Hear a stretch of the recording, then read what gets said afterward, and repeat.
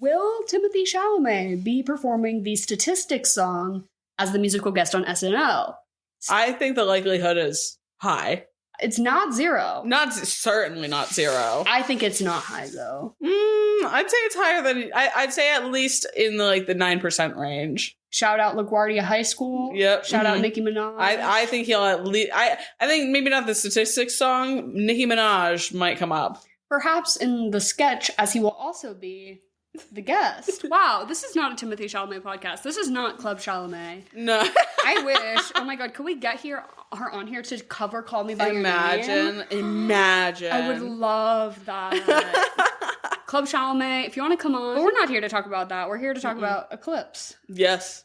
Welcome back to JanuYAry. We are just recycling themes at this point, because who fucking cares? When you've been doing it for this long, sometimes you realize that the first idea was the best idea. Exactly, yeah. And so we do some repeat months here and there, and I'm not going to apologize for that. Exactly. We have plenty to cover still. So maybe was it last year or the year before? I think it was last year. For January, we did JanuYAry, which is all young adult books usually adapted into media. We mostly wanted an excuse to do a couple of follow-ups. We'll probably do Mockingjay as well sometime this month. Just to, tie up some series, as it were, as we are doing this week as well. Felt right, too. We were a little behind post-holidays. So right, and just kind of bookend a couple of things. The seamless transition of the third Lord of the Rings movie into let's just pick another iconic franchise. The third movie of the Twilight franchise. Of the Twilight Saga. Twilight Saga, my apologies. Saga. And this is the worst fucking one. Yeah, I could not remember most of the plot of this to save my life. Honestly, so... my husband Henry, I was like, will you watch this with me? And he's like, I'll stick around for as long as it captures my interest, and then I'll go to bed. And I was like, yeah. And we had watched the first one together because we actually took a trip to Forks, Washington. Yes. We were there to check out the national park, but it just also happened that we got to do all the Twilight tourism stuff while we were there too, because it was just kind of hilarious and there. Yeah, you might as well. Why not? I would say that this movie, they utilize the most of the beautiful landscape because they do a lot of shots on the reservation and stuff. That's for sure. I think this movie was the most indicative of how really, truly beautiful it is out there. Yeah, they had us high on the mountaintops. Because they did a lot of stuff in the woods, in the first two movies. I loved the chase between the wolves and the vampires after Victoria, between the gorge, really gorgeous stuff. Yeah, that's why I went and visited that place, because it's the most diverse ecosystem, I believe, in America. But it's also the only place where you can have rainforest climate. It is literally a rainforest. It's the American rainforest. Yeah, I don't know. Yeah, it's pretty fucking really sick, cool, honestly. really cool place, and I really enjoyed visiting there. But that is neither here nor there, because the third movie, Eclipse. What were we talking about? The third movie, Eclipse. Just that it's the third one. Oh, and that it's the worst one. Oh, so Henry was going to watch with me, and we watched the first one together while we were there, because I was like, we have to. Sure. But he hadn't seen the second one, so he's like, will you catch me up? So of course. I recapped New Moon, no problem. Great, easy. But then I was like, he was asking me some questions. I was like, wait, I don't really know what's going to happen in this one. Yeah, it's hard to remember. And I kept thinking. It's the forgettable one. All the things I was thinking of are actually things that happen in movies 4 and 4 part 2. Yes. So I'm like, this one is this whole conflict about fucking Bryce Dallas Howard is creating twink vampire babies to be her army for whatever fucking reason, because she wants to avenge James or something. But it literally is this other subplot that doesn't even really have to do with the Volturi. And that's the main conflict that we've introduced in movie 2. Yeah. It's we're setting up that here's the Volturi. It's a big fucking deal. And that's where we end with movie 2. But then movie 3, we just kind of pivot. We just kind of pause on that. Yeah. And now it's all about Victoria. Exactly. And then movie 4, we pick back up with the Volturi because we get them, of course, at the very end here. Dakota Fanning shows up and does her fucking cool shit, and she's sort of introduced as our new main antagonist, usurping Bryce Dallas Howard, who gets fucking gots. Hashtag spoilers. Yeah. Spoilers on Eclipse. Yeah. But it sort of is this unforgettable, very forgettable conflict that is okay, it doesn't even really end up fucking mattering, and it's just really to reinforce this stupid love triangle. Exactly. That doesn't even fucking matter, because we literally already end movie 2 with them basically locking in, we're gonna get married and you're gonna become a vampire. And we know that that's what's gonna happen. So this whole thing is we keep playing it out, and it does not matter. It's all just an excuse to talk about vampire cock. Well, and she's so horny for it that she's literally about to go cuddle up to Jacob because she's like, if you won't dig me down, then someone's gonna have to. Someone else will. This is a swamp, by the way. Oh my god, welcome to the swamp. Hey, what's up, you guys? It's our podcast. We just talk about a different movie every week. It's pretty relaxed. It's pretty chill over here. Yeah. And the swamp is an acronym. Stands for some whack-ass movie podcasting. Pretty whack indeed. And my name is Dara. I'm Emily. And how you doing? We don't usually introduce our names, really, because I'm just too emphatic to talk about this wig. Oh my god. Which one? The Victoria one? No, Kristen Stewart's wig. Did you not immediately clock it? There was way too much going on in this movie for me to even begin to think about that. Well, the wig is just the first thing. Okay. So, like, immediately, I turned this movie on and I said, wow, that is not her real hair. Immediate obvious wig, but you are so right, because then we just get so distracted by the fact that they're all wearing snake yellow contact lenses now. Do you think not already? So, like, I can't remember, but it felt like so much more. It was definitely a little subtler. I think they did some, like, post effects to, like, add flecks of gold into his fucking eyes. In the first movies, this is literally from a Hot Topic colored contact lens. Yeah, it's a lot. They're aggressive. And then when they give them all the blackout ones to show that they're in full aggressive vampire mode, to show that he's in horny vampire kill mode. Such a weird choice. But notably, in this saga, every movie has a different director.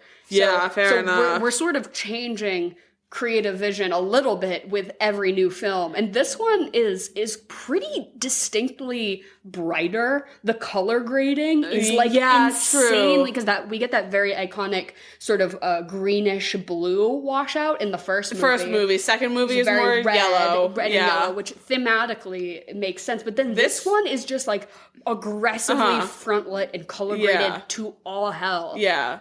And then, I mean, like, movies 4 and 4.5 are just, like, it's its own thing. It's, like, soft St. Vincent with the flowers and, the wedding. And I would be interested to take a poll, but I think most people would agree that this is their least favorite.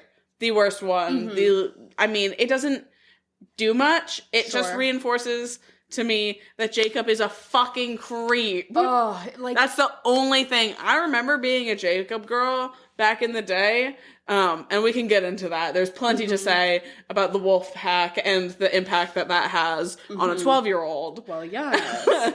But as a former Team Jacober, I have to get my Team Jacob girlies behind me, and we're all going to go into hiding for this movie because this is horrific. This is not it. No, I'm like I'm going back and watching this. I don't think I've seen this since it came out. Yeah, maybe not. This is not in the rewatch rotation. No, I've seen Twilight and New Moon a handful of times, but I don't really go farther than that usually. This was a lot. And I feel like a lot of the memes are from number 4, like with the vision and stuff. So I feel like through cultural reinforcement, we get a lot of 4 and 4 Part 2, whereas 3 is generally kind of forgotten. Yeah. So, but if you don't remember, I guess this one is should we give her Bryce Dallas Howard, who was what's her vampire name? Victoria. She was played by a different actress in the first movie, and then they just kind of swapped her out and were like, hope nobody notices. Sure. But now she's like actually kind of an important character. She's going to be sort of the villain, and she's creating this vampire army, but they're all newborn vampires, so they don't know how to control themselves. They're so very powerful. Wreaking havoc on the town, and so it's becoming sort of an issue, and the Cullens are like, hey,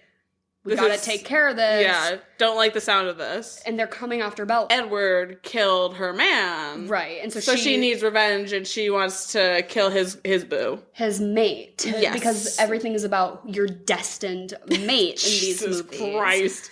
And is that something in Mormonism or something? Like, maybe. What's the through line on that? Yeah, and do you have like a soulmate? Is that a Mormon thing? I don't know. Or just like a weird narrative they use to like control women? Definitely. I would love to see the interpretation of this to that. Because so Stephanie Meyer, if you don't know, is Mormon as hell, and these movies are pretty like religious when you think about it, especially in this one, the whole like we cannot fuck until we are married because the sanctity of man and wife should be preserved, because my big vampire dick will kill you, literally. Like wild.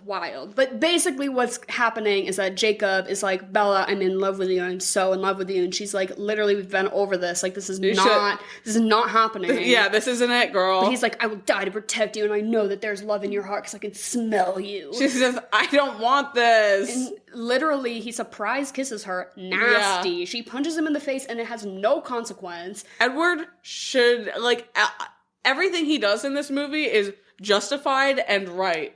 Mind you, he's insane and sociopathic. He has been alive for 108 years and has no empathy whatsoever, zero emotion. But at least he stands up for his girlfriend. Well, he is trying to trap her in a marriage, though. But she does seem into it. So is it really trapping if she's really into it? I don't know. It feels like grooming, actually, now that you mentioned that. I just hated the whole, like, we have to be married. We have to be married. Like, that is such a red flag. As a young girl, if you are dating someone and they are really insistent about that kind of stuff, like, that's just because they want to control you. I don't know. That shit is fucked. But also, I mean, once she's a vampire, it doesn't really matter. Yeah. No, it doesn't really matter. Yeah. And that's how they justify it in Twilight. The stakes are so... But basically, Jacob is like, I know that there is still love in your heart for me, and I want to protect you. And basically, it becomes that the werewolves and the vampires are willing to put their differences aside to protect Bella. And Charlie, I'll have you know. And yeah, sure. And by proxy, her cop dad. But yes, Charlie really shines in this movie, I will say. He is just like a normal guy in fucking hell. Like, he's just like this average person in this hell scenario. Like, I am the only normal person, and just everything around me is absurd. Yeah. I feel so bad for him. That particular moment where they're having their love triangle confrontation moment out on his front lawn, and he comes out and he's like, whoa, settle down there, boys. And Jacob's like, I kissed Bella. And I'm just like, no! I'm like, no! We're not doing all that. And then she punched me, but I deserved it. Or whatever he said. Yeah. I was like, oh my god. And then when he's like trying to have the talk with her, and she's like, I'm like, he is just trying to do the right thing, but it's just everyone around him is like, you don't even understand the implications of that. If I was like, Charlie, I would be actively seeking out a Xanax prescription. Oh my god, no. I would be, I don't know what I would do, honestly. Yeah, no. He's the only one in this movie that really gets that has any sense. Just this poor man. Even her mom is so tabbed. Oh my god, just in Florida being like, honey, here's a quilt. Like, what was that scene for? Just that she's never gonna see her mom again or some shit? Like, so weird. But when her mom was like, he's really intense. He like looks like he would take a bullet for you. Like, girl, is that not so like weird? What a red flag. When I look at your boyfriend, I immediately think about gun violence. Like, that is awful. Oh my god. But basically, the vampires and the werewolves sort of team up. We learn that Jasper is a profesh in killing newborn vampires because he was recently a newborn vampire himself when he served in the Confederate Army. And so he's going to train them all to do their techniques. And they have a little battle training sequence. And then they, of course, come together and fight. And they have the element of surprise. And they really take the vampires down. Then there's the whole scene in, like, the tent where basically for some reason they have to, like, camp out on a tent. They're trying to, like, hide Bella or whatever, or like, distract her scent. I don't fucking know. But then it's like Jacob has to cuddle with Bella because he has body warmth, and Edward literally, like, doesn't have blood. And so they have to, like, come to this manly compromise or fucking whatever. But it's like, the thing that ruins it is that it's just, like, not horny. Is that they just remove any, like, sexual implication from it by making it like, oh, we're these two guys having, like, a bro off. Where I'm like, what if the two of you kissed? It's such what if we added a little intrigue or something? It's such a sexless movie, dude. Like, because it's made by a Mormon. It's made by a Mormon. The performances are horrific. The writing is awful. It's crazy to see these two people who are clearly, as we know, reputably good actors in this movie. Just, like, every line delivery is awful. Yeah, which, I mean, it is what you're given. The only thing that I will say is I thought that Ashley Greene ate everyone up. As she does in every movie. I don't see her in a whole lot of movies besides these. No, that's what I mean in movies 1 and 2. Like, she also eats. But she doesn't get a whole lot of screen time movies 1 and 2. It's not as barely much. Anything. We get the whole monologue and backstory in this one. And I loved it. The line delivery of... I was a little theatrical back then. After she's talking about killing... Wait, it's Ashley Greene, not fucking Alice? No. Oh my god, is it? Yeah. No, is Ashley Greene Alice? Yeah. I'm so sorry. You mean Rosalie. Yeah, what's her... Oh name, my though. god, what is her name? Nikki Reed. Nikki Reed. Thank you. Nikki Reed, my apologies. Because I was like, Ashley Greene, to me... Yes. Ashley Greene eats everyone up in movies eating 1 and 2. yeah. No, I'm glad that Nikki Reed finally got her moment in this. Oh. I thought she ate everyone up with her little... I hated that. Did you really? I hated that. I hate the inclusion of, like, a rape revenge subplot for what fucking reason? I think that this was at least done... Okay, obviously... Stephenie Meyer is not a good writer. Well, yeah, of course. You know, so of course she's not above writing a rape revenge plot. I think if it's going to be done, I think doing it like this was the most tasteful way to do it. And it was 2010. So it was 2010. I am going to give them that it's good to talk about that stuff. Yeah. Like, instead of, I don't know, if you really want her to be a rape revenge girl boss character, I don't think that's a bad thing. But I'm like, in what way did this actually service the story and the plot? Not at all. It was just a way to... Fair enough. Whatever. But... You want to give her character a backstory? I don't really care. I just thought her monologue, I was genuinely impressed with. Like, comparatively to everyone else, I was like, okay, there's some life in this. Sure. But then they also were like, and then we'll also do it for Jasper too. But his is that he was in the Confederate Army, and it's not going to be, like, in an apologetic way. Yeah, I want to know what she meant by that when she wrote that. Like it's all about him, like, he's like, I was the youngest ever. All of a sudden, has an accent out of nowhere. He floats in and out of it like crazy. Puts it on, he's like, I was the youngest Confederate general in the west side of Texas, or whatever. And he talks about basically just being tricked and turned into a vampire. But never was he like...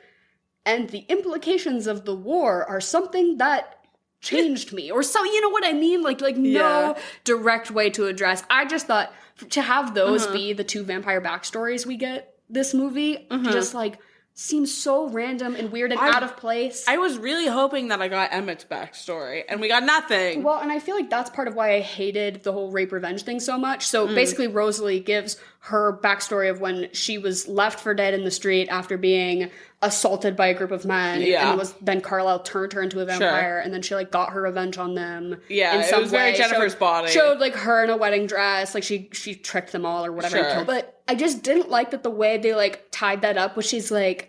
And, like, now I'm with Emmett, and I feel so safe. Or whatever. She has some line about, like, and now the man I am with is good to me and is not like that, which is a good implication. But I was just like, for the whole conclusion of that story to be like, and then I learned to trust men again. Sure. Like, but also, like, again, it's not even servicing the greater plot, so I don't even care. It's just like, ew, whatever. Yeah.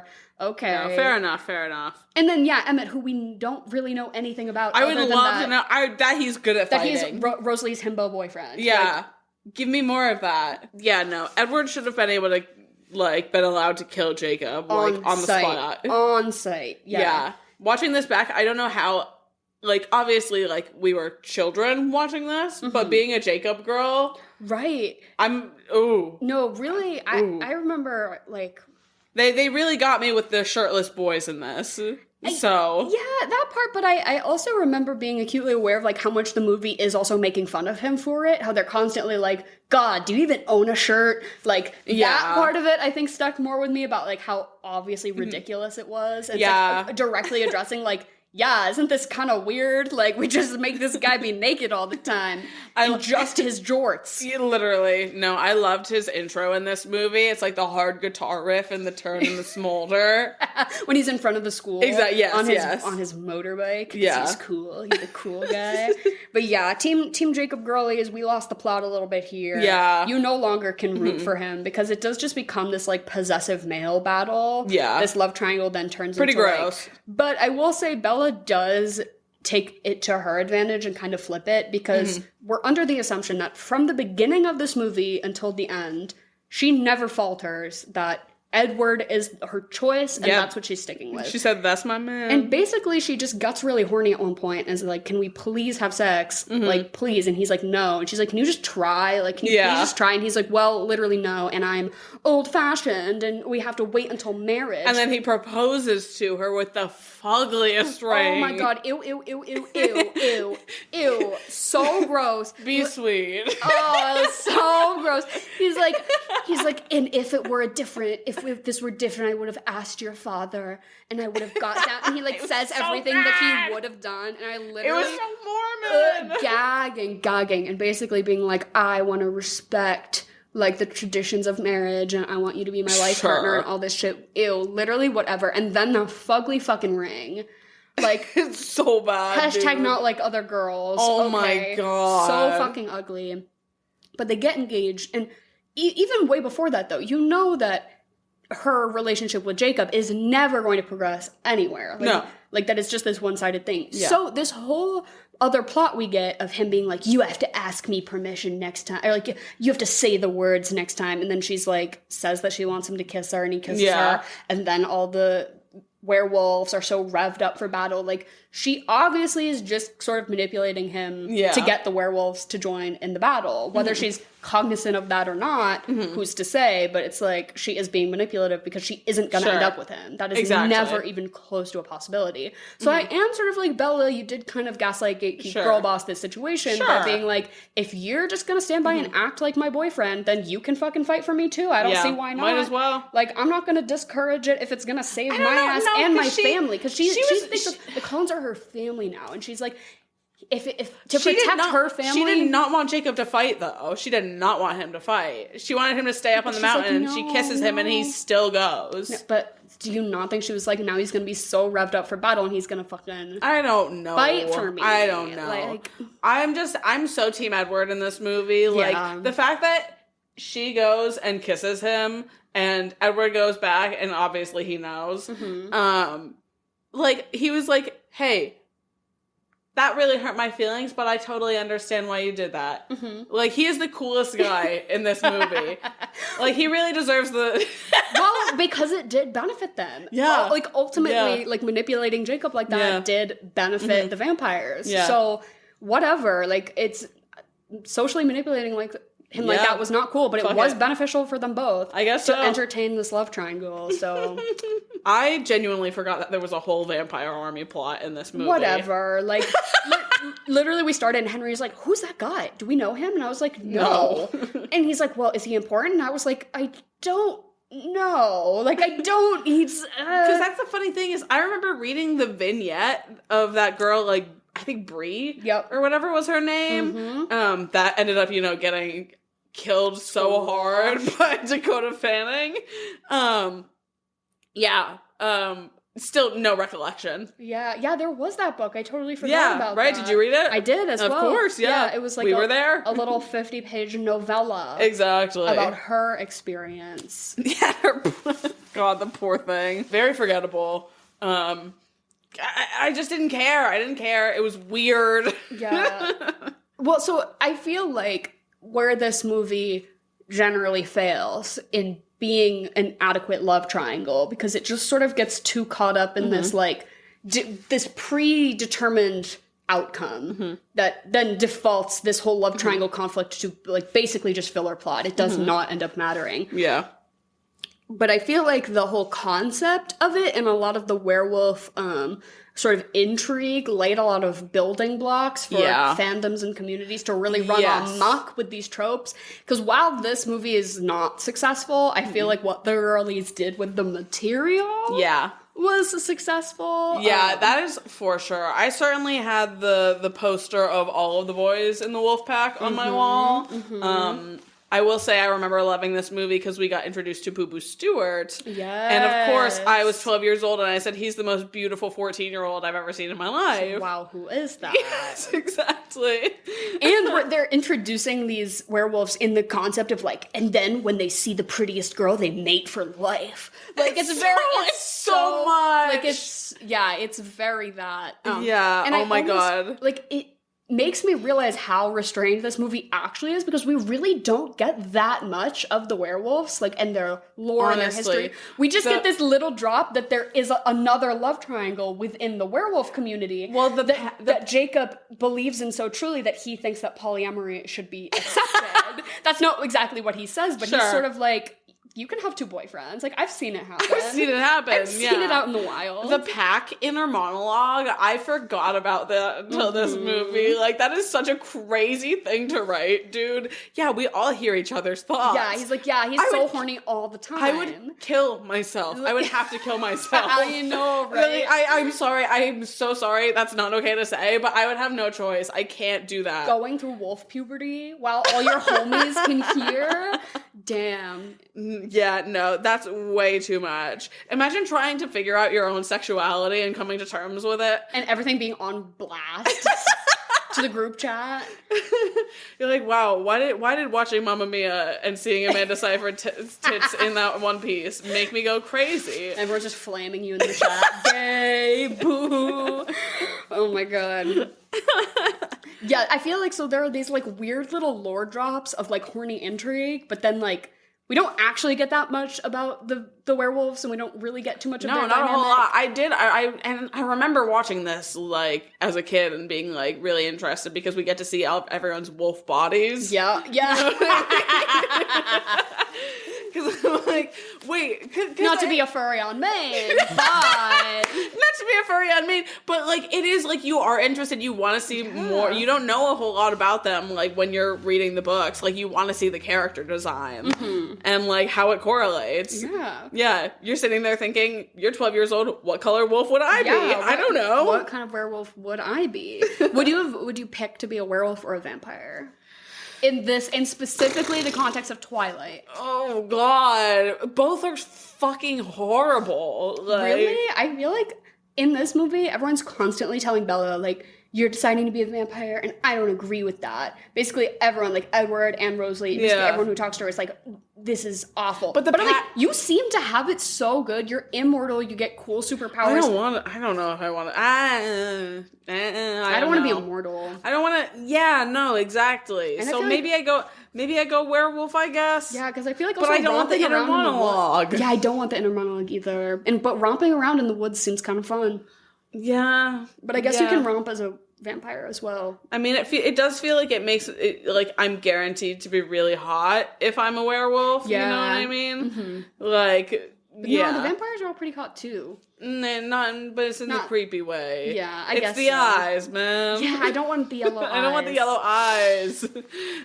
So I guess I'll go werewolf on it, but like, yeah, I'll soft agree, but everyone keeps telling Bella like this is torment. You don't understand. I'm like, it seems super chill actually.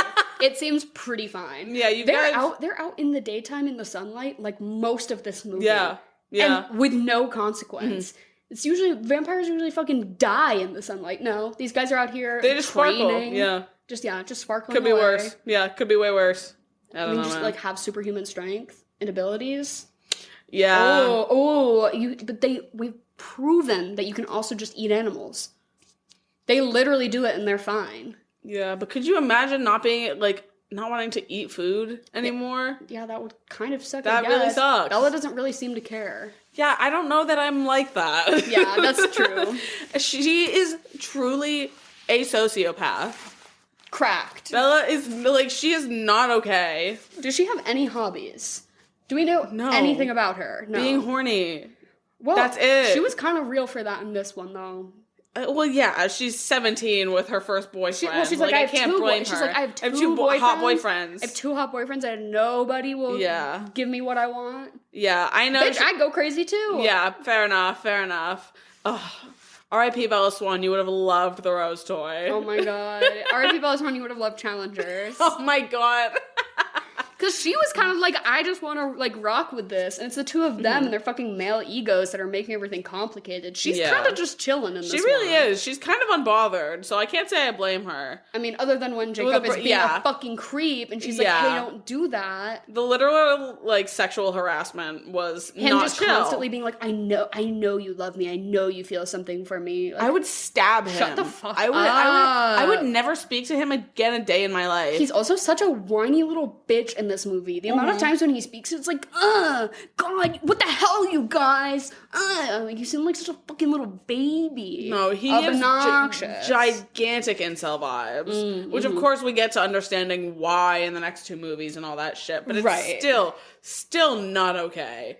Like, especially if he has that inner monologue with his pack, someone should be checking his ass, dog. Right. They're like, this is not how you treat women. Right, they were like making fun of him, like, oh, Jacob keeps asking when Bella's gonna come around. Yeah. Oh, he's been Bella. No, in private, you guys need to be like, dude, relax, reel it in, okay? Yeah.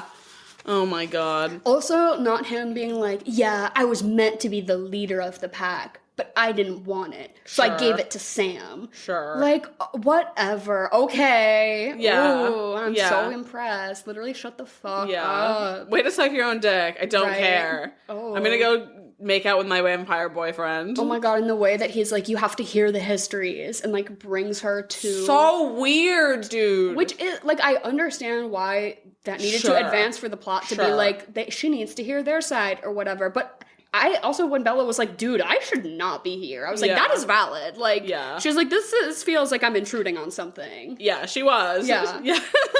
Oh, wait. Oh, fuck. I was going to do this at the beginning of the episode. Shit. Okay. But I guess I'll do it in the middle here. Hey. I just wanted to address, I mean, not that we are responsible for, like, informing people about anything. Like, I don't feel necessarily responsible to do this, but this is not a news podcast. But I do think, as a podcast who has talked about Coraline, and I specifically have been, known to shout Coraline out as one of my faves, I do think it is important to recognize that some allegations or whatever came out like last summer, which were like obviously very grounded in truth, and we were all like, oh no, Neil Gaiman, # canceled, but just, I think a couple days ago, the actual like article that does a deep, detailed dive into all the fucked shit that he did just came out, and it's a really tough read. Like, it's really, but I do not think that any media or fiction that this man has made is more important than the fucking victims of his fucking nastiness and abuse. Yeah, absolutely. So, like, fuck that guy, fuck the shit he made, sorry,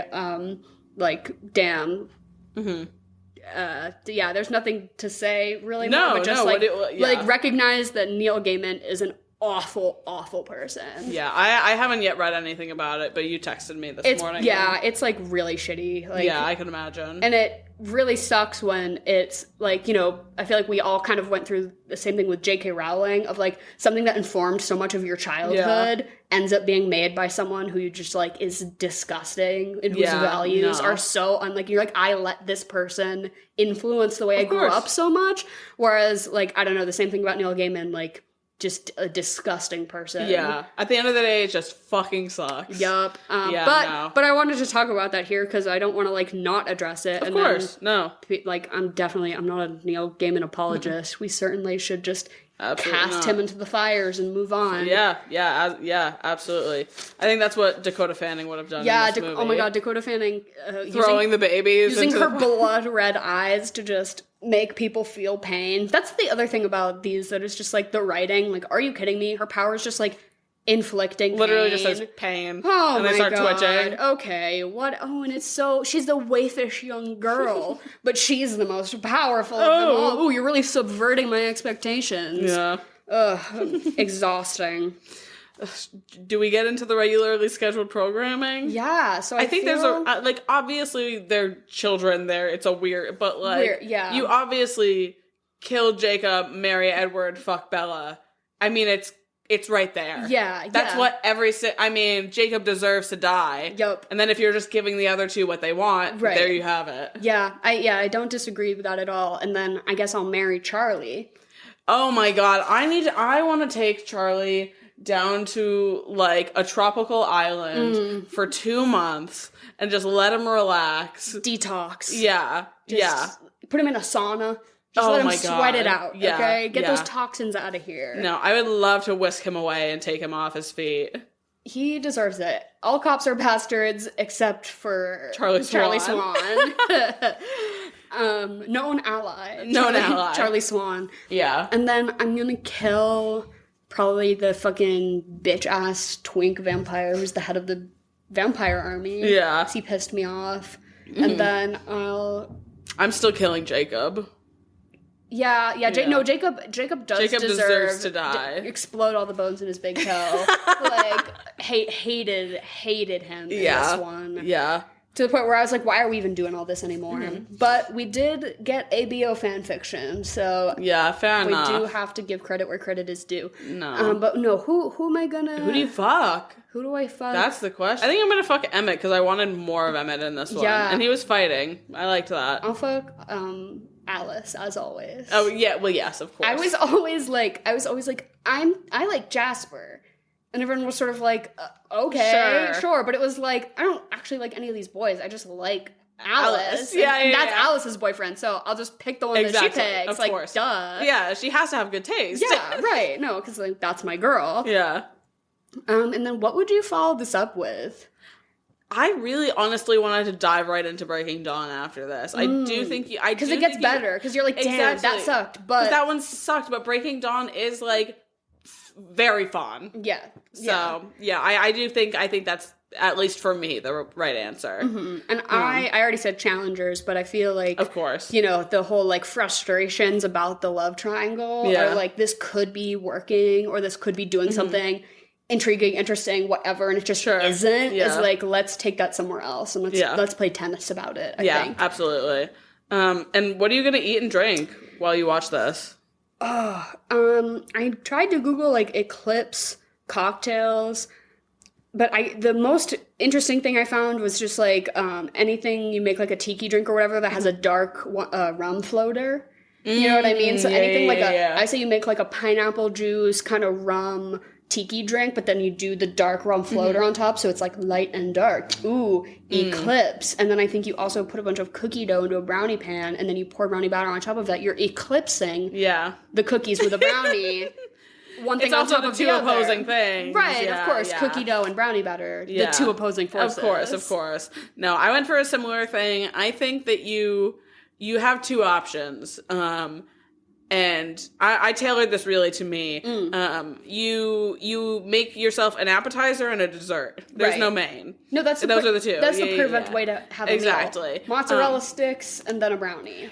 So that's gonna for me, what I'm gonna want is some Parmesan truffle fries, a creme brulee, and just some white wine. I think that sounds delicious. A dry wine? Yes. I love that. Really accompanies it nicely.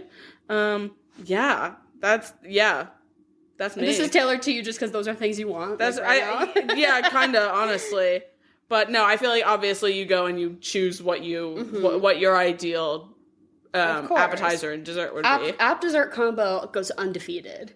Would you said mozzarella sticks, but what would your I was just thinking of like generic. What would your lineup be? Like a really good appetizer. I mean, I always love like a cheese spread. I immediately go to something involving goat cheese. Classic. Yeah. That's really good. But I love a fry, a crunchy, an onion ring. Just even something in the air fryer. Doesn't have to be fancy. Waffle fries. Oh, love. And then dessert. I mean, the cookie brownie. Cookie brownie options are endless. Yeah.